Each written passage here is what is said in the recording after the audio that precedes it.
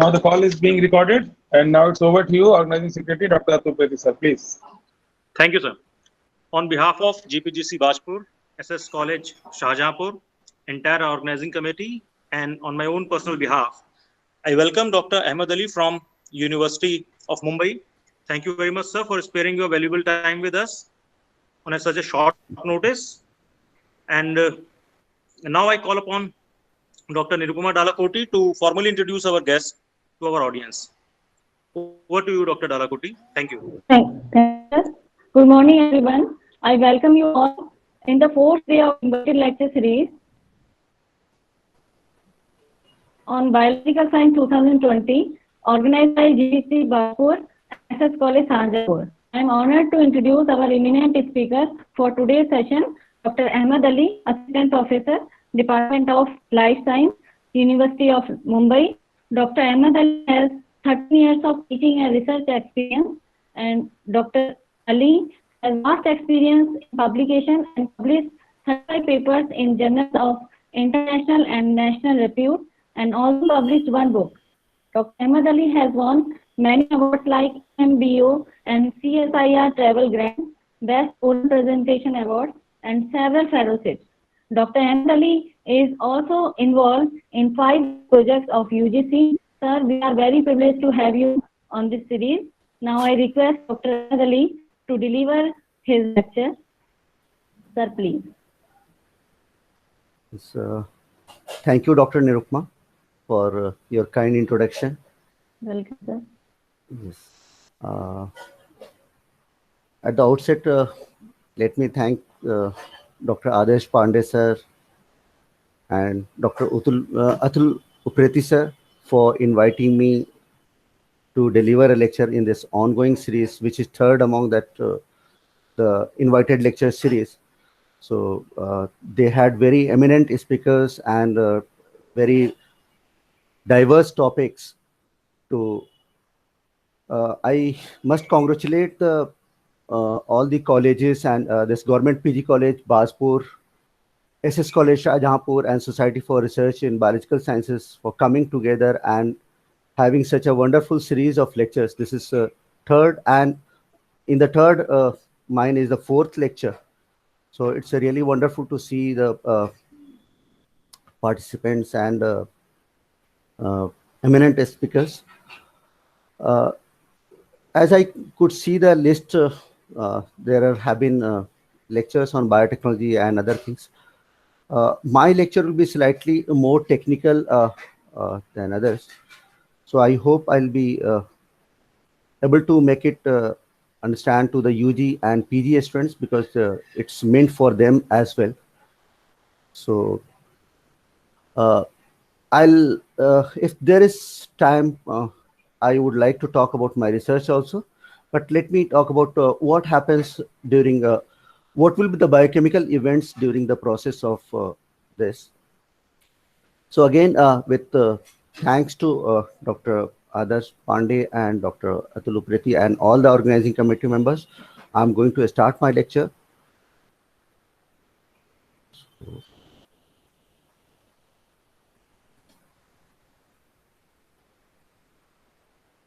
Yes, sir. Sir, please go ahead. Yes.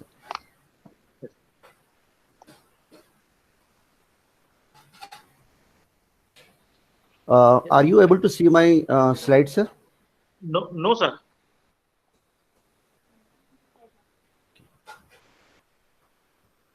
It is not sharing even.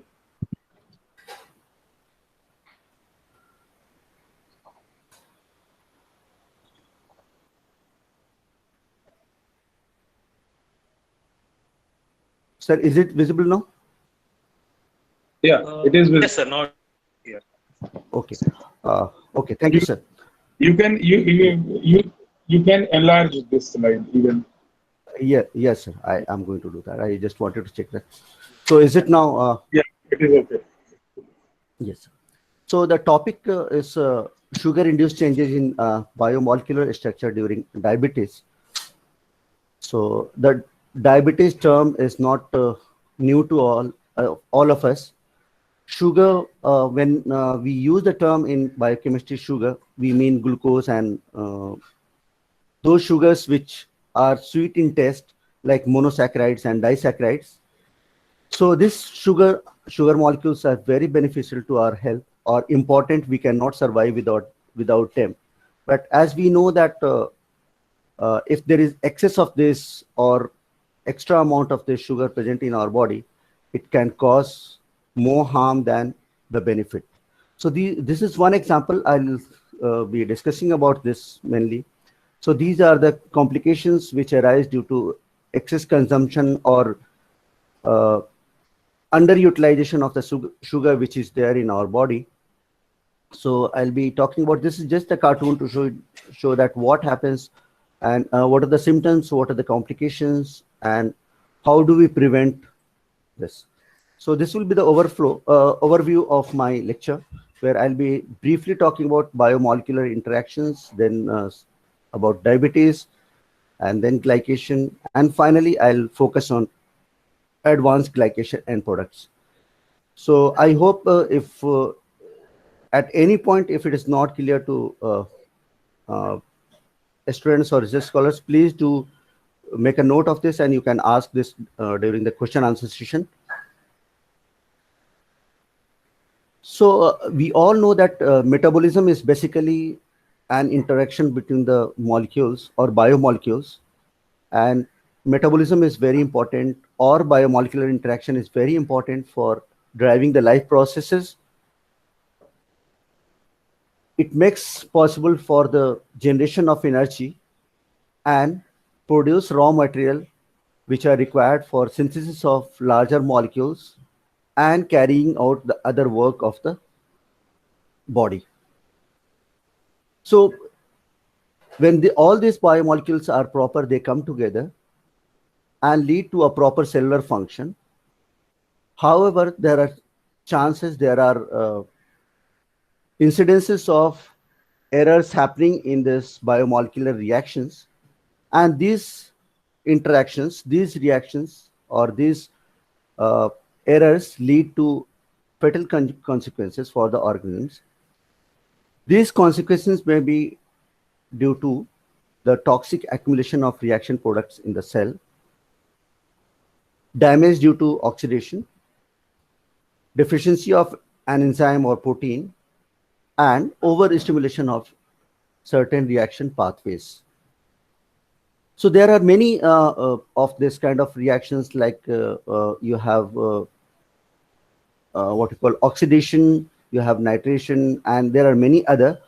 I'll be focusing now around one event which is related to sugar, and this event is known as glycation. So very simple terms, glycation can be defined as a non-enzymatic aminocarbonyl reaction between sugars and proteins, lipids, or nucleic acids. So we all know that there are several sugar residues which are very important for our metabolic processes, like fructose, glucose, ribose, and xylose, and so on. But the most important sugar which is there in very high concentration in our body is glucose. So whenever we eat, we have in our food sources, we have carbohydrates, proteins, and lipids. So we all know that the main source of energy for our many of the work and instant energy source is carbohydrates. And carbohydrates, when we say carbohydrates, most of the carbohydrate or polysaccharides have glucose as the major constituent. So glucose is the most abundant monosaccharide available as food, and thus it becomes most important molecule for most of the living organisms. So this is the structure of this glucose molecule.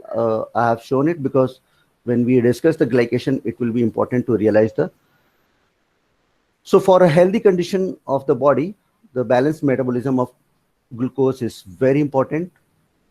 But there are incidences, there are events where minor fluctuation in the metabolism happens, and the function of many organs get jeopardized and lead to a disease condition. As far as glucose metabolism and disease or fluctuation in the metabolism is concerned, The two consequences which are seen very commonly are hypoglycemia and hyperglycemia.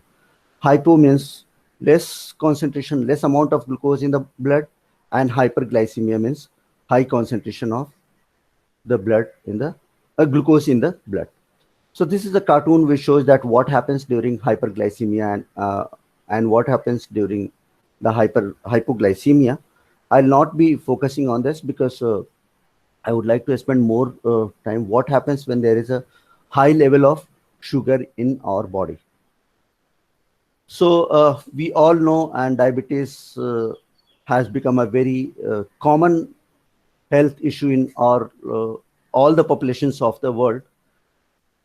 So every year we are seeing an increase in the number of people affected by this disease that is costing our health system.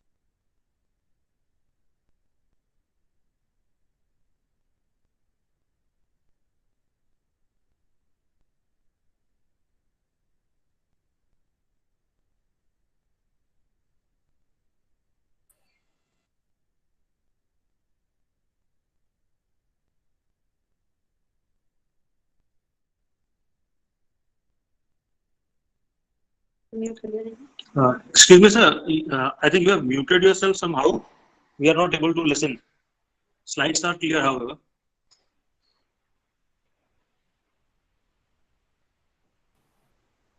Okay, now I'm clear. Yes, sir. Yes. Now, And sir, my yes. slide is visible. Yes, slides are visible. Yes. Okay, sorry for. Please do let me know if something like that happens, sir. Thank you, sir. Yes, sir. So, yeah, pardon, sir. We are very much here, sir. Okay. Any problem, we'll let you know. No yeah, thank you. So, yeah. So, half of this population of diabetics is living in India, China, US, Brazil, and Indonesia. Some of these countries are still developing countries. And a rough estimate says that out of 100 diabetic people, 30 people live in India at the global scale.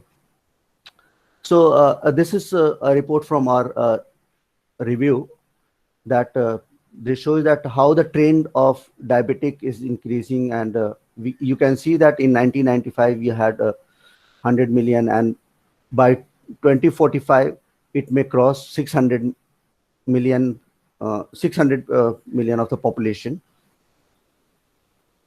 So as far as the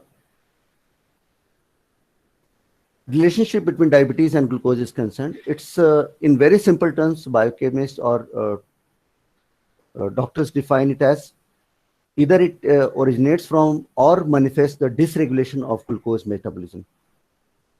And one of the most it is one of the most prevalent metabolic disorder, which also comes under the classification of non-communicable disease.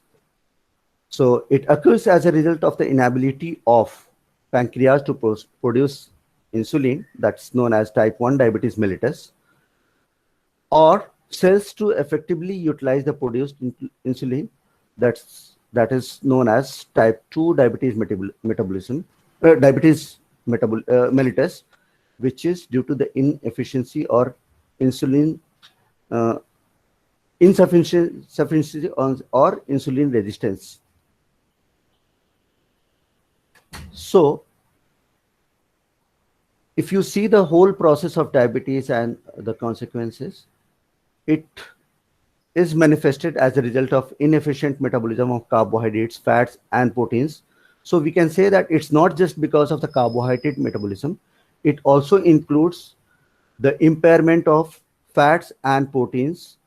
So we can see the consequences or manifestation of this as obesity, nephropathy, hypertension, dyslipidemia, non-alcoholic fatty livers, and systematic inflammation.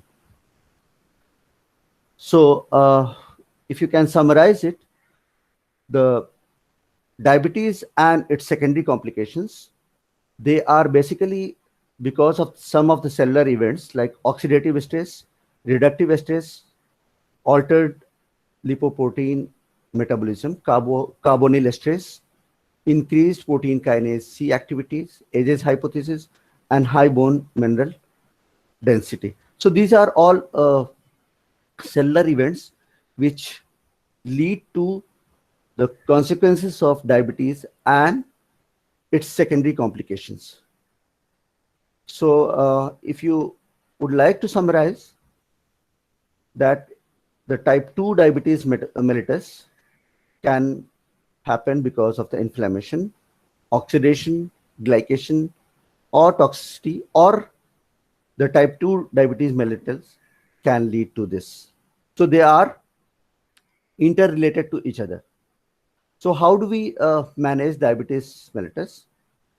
We inhibit the carbohydrate utilizing enzymes like amylase and glucosidase, activation of AMP kinase, inhibition of glycosylation of hemoglobin, modulation of glucose uptake, inhibition of aldose pathways, advanced glycation in products formation inhibition, and enhancers of insulin secretion and pancreatic beta cell proliferation. So depending on the condition of the pathogenicity of this diabetes mellitus, the approaches can be used for this. So as we mentioned that the major consequences of impairment of glucose are hyperglycemia. So major symptoms of diabetes include hyperglycemia and hyperlipidemia. So what happens when there is hyperglycemia and hyperlipidemia?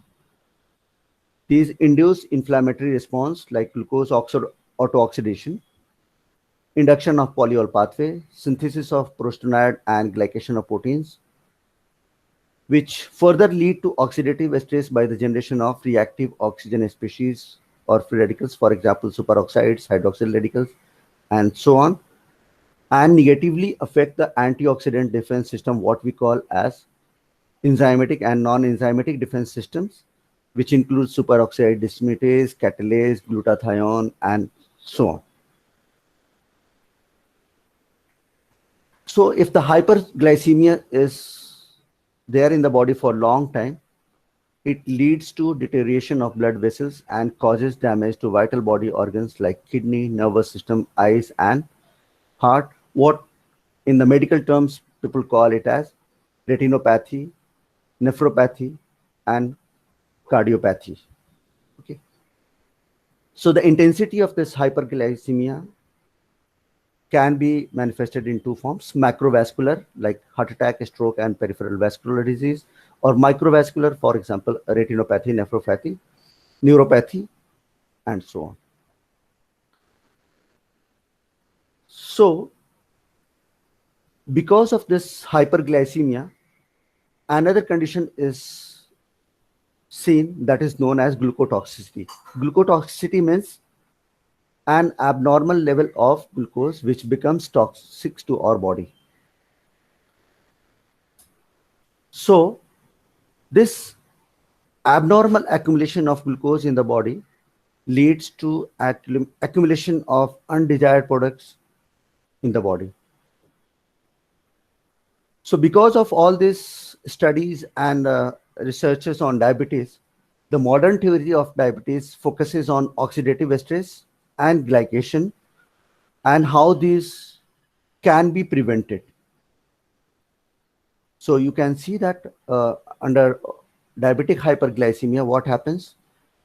At molecular level, the proteins or vital proteins in the body, they get modified by one of these mechanisms. For example, protein carbonylation, where a carbonyl group is added to the protein nitration, a nitrate group is added to the protein succination, protein glycosylation, protein smolylation, protein acetylation. In conclusion, any of these modification to the vital proteins in the body in diabetic hyperglycemia lead to the improper functioning of the body proteins. And then we realize, or then the person realizes the consequences of diabetes, what we call as secondary complications of diabetes. So I'll be focusing on glycation because the theme of and it's not possible to cover all these modifications in one lecture. All of them have their own mechanisms, their own consequences, and so on. So as far as sugar's direct interaction with a protein is concerned, it is glycation. So it's the most significant process of protein modification mechanism in the diabetes, which is manifested because of the reductive nature of glucose.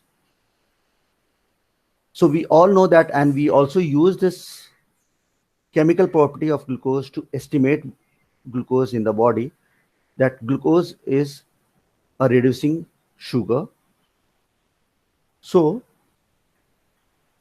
glycation can be defined as a spontaneous non-enzymatic amino-carbonyl reaction between sugars and long-lived proteins, lipids, and nucleic acids. So basically what happens is that there is an interaction between the carbonyl group of the sugar. Where is this carbonyl group present in the sugar? It's the C1 of the glucose and C2 of the fructose. So aldose sugars have it at C1 position, and ketose sugars have it at their C2 position. So this carbonyl group in the form of aldehyde or ketone is very reactive. So they react with the amino group of any other nitrogenous compound like proteins, lipids, or nucleic acids, or any other protein. And this process is non-enzymatic. Why the term has been non-enzymatic stressed here? To differentiate it from another process which happens in the endoplasmic reticulum and Golgi bodies, what we call as glycosylation of the protein, which is part of a post-translational modification of the proteins. So when the proteins are synthesized in the endoplasmic reticulum, they undergo this post-translational modification where sugars are attached, and that process is known as glycosylation. And that is under the influence of enzymes. This process is non-enzymatic. It does not involve any enzyme in the process. And the process is irreversible. So we can see in the blood capillary, we have different proteins like albumin, we have hemoglobin. So these proteins, they interact with a D-glucose sugar, and the interaction is very specific. The carbonyl group of this sugar and the amino group of this protein, they interact, and the interaction is initially very fast. It leads to a formation of CIF base, that is a reaction between the amino group and the carbonyl group or aldehyde group. This CIF base is formed, which again undergoes modification. That's a slow process that leads to a ketamine that is quite stable, and further modification of these ketoamines, which are also called as early glycation products. I will discuss later also. So this ketamine attachment to the hemoglobin or serum albumin leads to the improper function of these proteins or any other protein which get glycated, what we call as formation of glycated proteins, which simply means attachment of a sugar to the protein non-enzymatically. So we can see here that glucose and fructose, the two very important monosaccharides, they have this glycolytic pathway. They get converted to dihydroxyacetone phosphate and glyceraldehyde 3 phosphate, which get converted to, under excess conditions, they get converted to dicarbonyl precursors, which are commonly known as glyoxyl or methyl glyoxyl. And further modification of this glyoxyl or methyl glyoxyl leads to the formation of advanced glycation end products, that is the terminal stage, which I'll again, and this again leads to or binds to RAGE. And so these can be several mechanisms by which metabolic diseases are seen in the body: lipogenesis, sphingolipid metabolism, and so on. So again, a bigger picture of that: glucose oxidation, auto-oxidation, or lipid peroxidation. These are the very common reactions which happen in the body, or in the normal healthy people also it happens. But the body has the mechanism to control. The only consequences are seen when the person is unable to control this, or when there is excess of or high rate of these processes, and that happens due to the excess of glucose or glucotoxicity. So glucose can be auto-oxidized, or glucose enters another pathway that is known as polyol pathway, leads to generation of sorbitol and fructose, and then methyl glyoxal or 3-deoxyglucosone, or what we have seen in the previous, that glucose uh, binds to amino group of the proteins, leads to the formation of CIF base, that leads to the production of Amadori product, because this was the first person who discovered this ketamines and aldomines. So they are, and this Amadori products are further converted to. The below part shows that the time which takes for the formation of this. So the CIP or base formation of formation takes place in hours to days, and Amadori days to weeks, and the formation of AGEs takes place in several weeks or several months. So this is very important in terms of like the proteins. Which are the proteins which get affected? So as we can see, the proteins which have longer half-lives or shelf life in the body are most prone to get glycated. For example, albumin, hemoglobin, and collagen, and other proteins. The proteins which have very short half-life, they do not get glycated because of these reasons. Even if they are glycated, the half-life of those proteins is very, so they are degraded by the body. So when the hemoglobin is glycated, we all know that hemoglobin is part of RBC. So when the hemoglobin, when there is high hyperglycemia, the glucose enters the red blood cell, or so what happens? Hemoglobin is glycated. So that leads to all of this, several consequences. So the glycation can be under several stages, like early, intermediate, and late. So early stage, the reaction starts with interaction between the carbonyl group of glucose or any other sugar and amino group of the amino acids of the protein. So as we all know that when we recall the structure of the amino acids, the two amino acids which have an additional amino group are lysine and arginine. They are involved in the glycation reaction, because other amino acids have the amino groups, but those amino groups are involved in the formation of peptide bond. So the amino acids which are involved in the glycation reaction are lysine and arginine, and the N-terminal amino group of the proteins. So this interaction leads to the formation of CIF base and formation of further rearrangement of this CIF base leads to early glycation products. So we can see here that sugar and proteins, they react, CIF bases form Amadori products, and so intermediate state is the formation of dicarbonyl. The examples are glyoxal or methyl glyoxal or deoxyglucosone, and the late stage is the formation of advanced. So intermediate stage is the interconversion of or formation of Amadori or Hens products. So examples include this. So the late stage of this glycation is the formation of advanced glycation end products. And in our day-to-day event, we can see this reaction happening. And that is how this reaction was discovered by a scientist, which I'll show you in the lecture. That when we cook The food, when we cook or when we bake or when we fry, the food items become brownish. That is because of the reaction between the, so the food, the browning of the food is a concern of food industry. So the glycation process occurs continuously in the body, even at the normoglycemic levels. Like, I mean, we, those who are non-diabetics, they also have this glycation.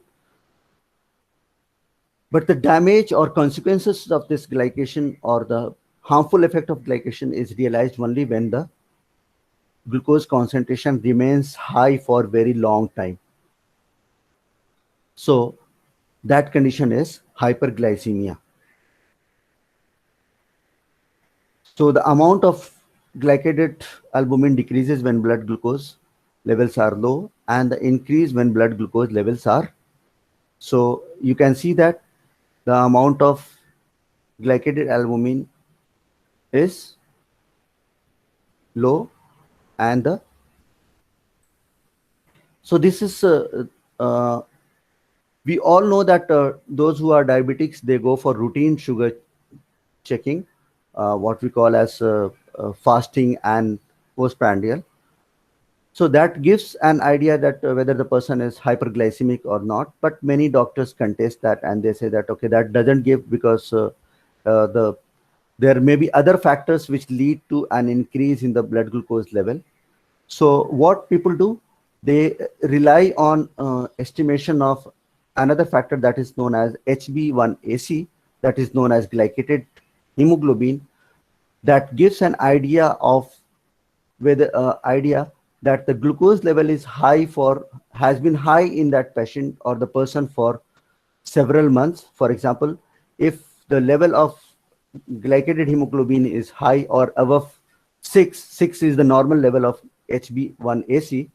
If the level of glucose HB1AC is more than 6, it means that individual person had a history of high glucose level for more than 3 months.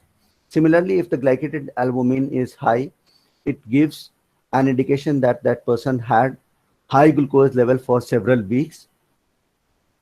On the other hand, blood glucose level can be high blood glucose level can be an indicative of high sugar level for only last several hours. Okay. But again, every test has its own advantage and disadvantage. We cannot come to conclusion unless we do some other test. So glycated, the concentration of glycated albumin and hemoglobin can be affected because of the nephrosis, cirrhosis, and thyroid functional disorder.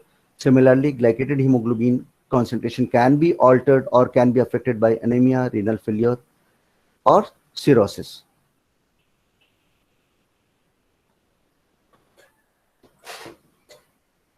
So this is what I was talking about, the how glycation was discovered. It was discovered by Louis Camel Maillard in 1912 when he was synthesizing amino acids, when he heated amino acids and reducing sugars together. That resulted in a color change to yellowish brown. So the process of glycation is also known as Maillard reaction, and that is the term which people use in food and industry, that Maillard reaction means browning of food stuff. Okay, and that happens because during the cooking, so it affects the quality of the product also. So now I'll talk about some of the features of advanced glycation and products. So what are they? They are the end products of the glycation. They are very heterogeneous group of molecules. How are they generated? The three main routes for the formation of AGs are auto-oxidation of sugars, means the sugars which are there in the body, because they are reducing, so they undergo oxidation. Second one is Amadori rearrangements and the Schiff-Base formation. These are endogenous sources of AGs or glycation products.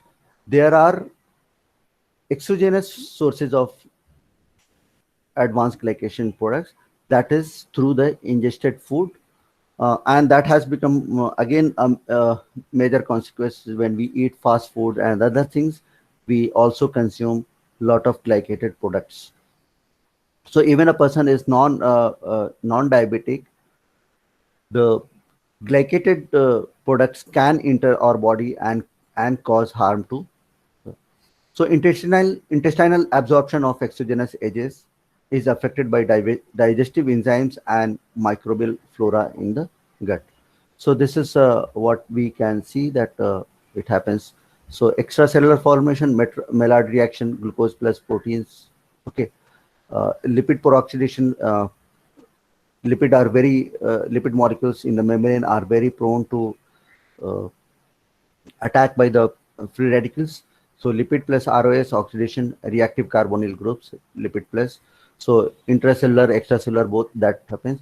Intracellularly, we have glycolysis pathway, as we have seen earlier, that glucose after this glyceraldehyde 3-phosphate step, it can get converted to 3-deoxyglucosone and so on. So whatever the route may be, or wherever it may generate, it may enter the circulation and bind to the proteins non-enzymatically and cause damage to the proteins and other biomolecules. So whatever the source may be, endogenous, exogenous, intracellular, or extracellular, they have some common features and on the basis of that they are classified. They cause cross-linking of the proteins, and some of them are fluorescent. So some of them are fluorescent, some of them are non-fluorescent. And so examples of this advanced glycation products, although we can see that the work started in 1912 by Maillard, then he worked on, and then many people worked on that. But unfortunately, this has not come to our textbook level. But those who study on this diabetes and work on glycation, they are aware, they know these terms very well, that carboxymethyl lysine, carboxyethyl lysine, pentositine, they are the biomarkers in the body for the ages. So if you can estimate this product CML or CEL in the body, one can get an idea about the accumulation of ages in. And so this is what again you can see here, that these are the structures. These are, some of them are fluorescent. So fluorimetry can be used to identify them. So what are the factors which affect age production? These include oxygen, reactive oxygen species, and redox active transition metals. Environmental factors like diet and smoking also influence the production of ages in the body. Now, what role ages play in the diabetes?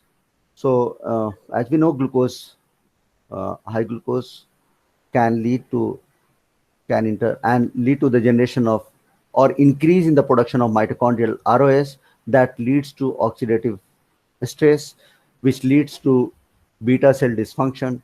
The other route of glucose acting through is the formation of AGEs, which binds to a receptor or which belongs to immunoglobulin family, and this is known as RAGE or receptors for age. Okay, so binding to or formation of age-RAGE complex leads to ROS production, that is reactive oxygen production, that leads to activation of NF-kappa B, and finally to inflammation and insulin resistance. So these are the probable mechanisms by which ages cause damage to the or ages amplify the condition under the diabetes and lead to the secondary complications of diseases. So this is what major organs or major parts of the body which get affected.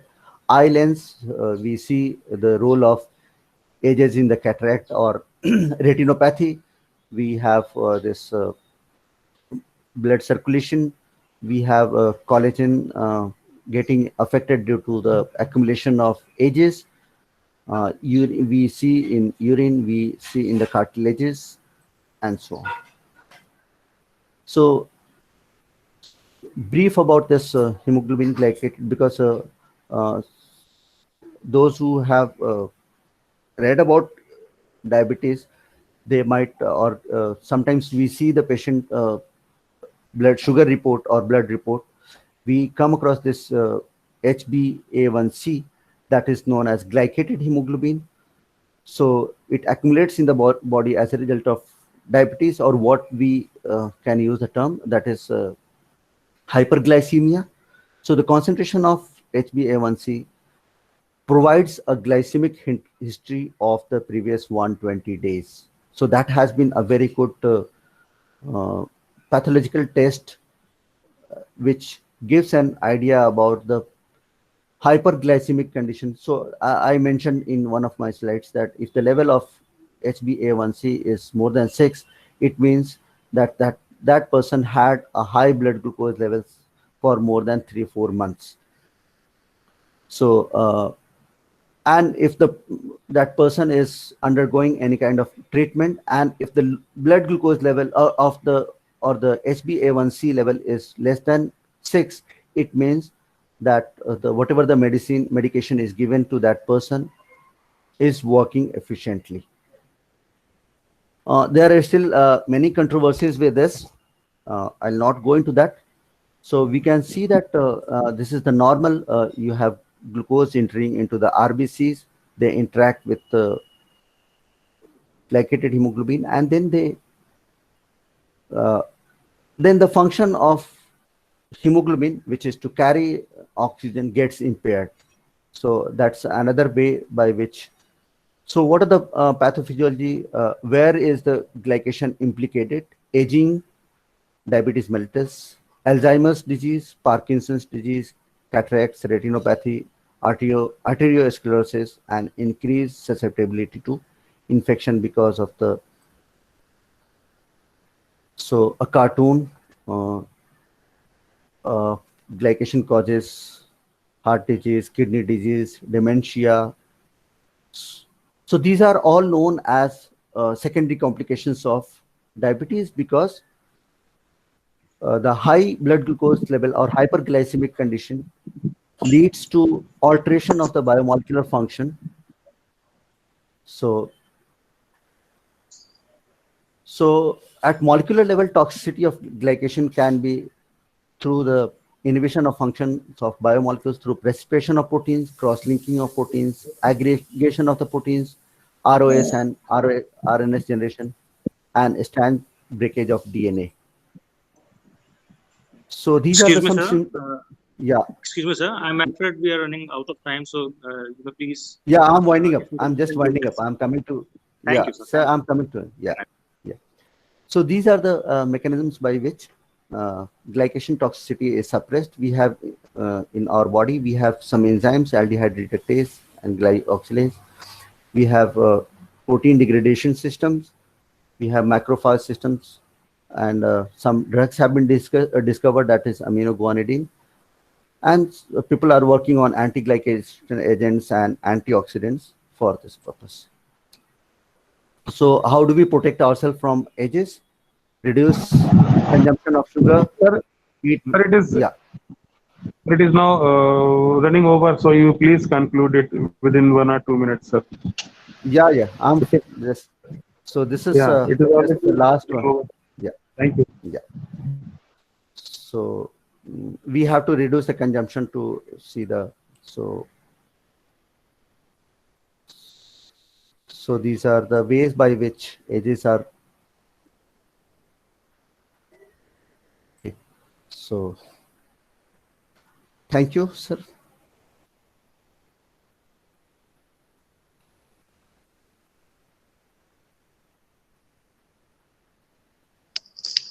Thank you so much, sir, for